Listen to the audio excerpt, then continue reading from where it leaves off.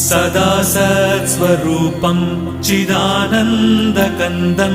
जगत्सम्भवस्थानसंहारहेतुं स्वभक्तेच्छया मानुषं दर्शयन्तम् नमामीश्वरं सद्गुरुं साईनाथं नमामीश्वरं सद्गुरुं साईनाथम् भवध्वान्तविध्वंसमार्ताण्डमीड्यं मनोवागतीतं मुनिर्ध्यानगम्यं जगद्व्यापकं निर्मलं निर्गुणं त्वां नमामीश्वरं सद्गुरुं साईनाथं नमामीश्वरं सद्गुरुं साईनाथम् भवाम्बोधिमग्नार्दितानां जनानां स्वपादाश्रितानां